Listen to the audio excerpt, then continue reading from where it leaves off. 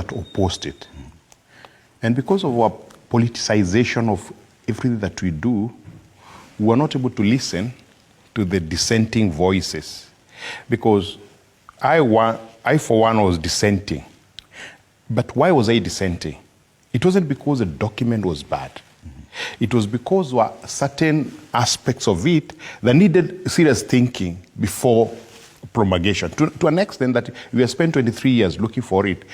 Like, for example, the right to life, the whole business of abortion and all that. And the small issues that people had come up with. Two-third gender rule. Two-third gender rule, yeah. There was need to think about them. And to an extent that the team that was holding the sway decided that that constitution was okay for us, and if there is any change, we'll do it in the future anyway.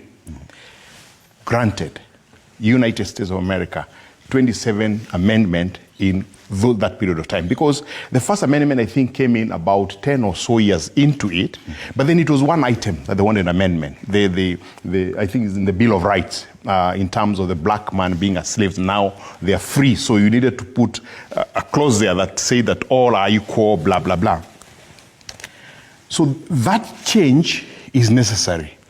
And that's why even the president has done the right thing to write a memorandum to Parliament so that that conversation can start. As per law, as per the Constitution, there is nowhere that it says that let's the president and the opposition sit down and agree issues to be changed in the Constitution. And you can't hold again the country to ransom because of the changes you want. And I didn't say that dialogue is wrong. I wanted to remind you that there was a few months ago, I think, there was a funeral for Mukami Kimathi, the wife of the late Dedan Kimathi. And Ruto and Odinga met. They had a tete-a-tete, and they agreed to go to Nyayo Stadium to have a tete-a-tete again. And the following day, they met in Kasarani again, for a Shemeji Derby. To an extent, there's no one who stops anybody from talking to anyone. And you don't need to hold the whole country to ransom so that you can talk to someone. Talk to someone every single day. And by the way, Fred, do you know they talk to each other? I do not dispute.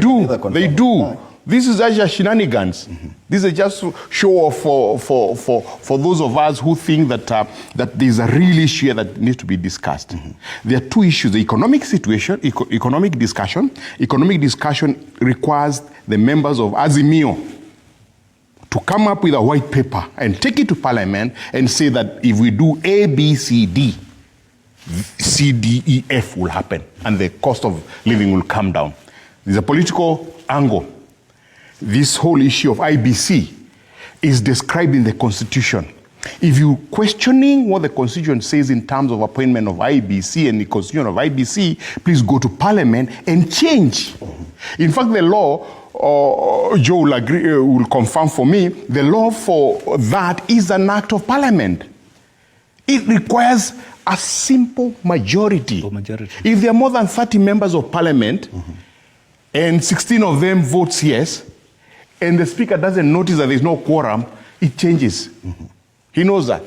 If there can be 5 members of Parliament, if nobody tells the Speaker that there's no quorum, 5, the thing will change. So change the way you want from there, as per law. Well, ladies and gentlemen, we continue with this discussion, and on the other side of the break we're just about to take, we'll be looking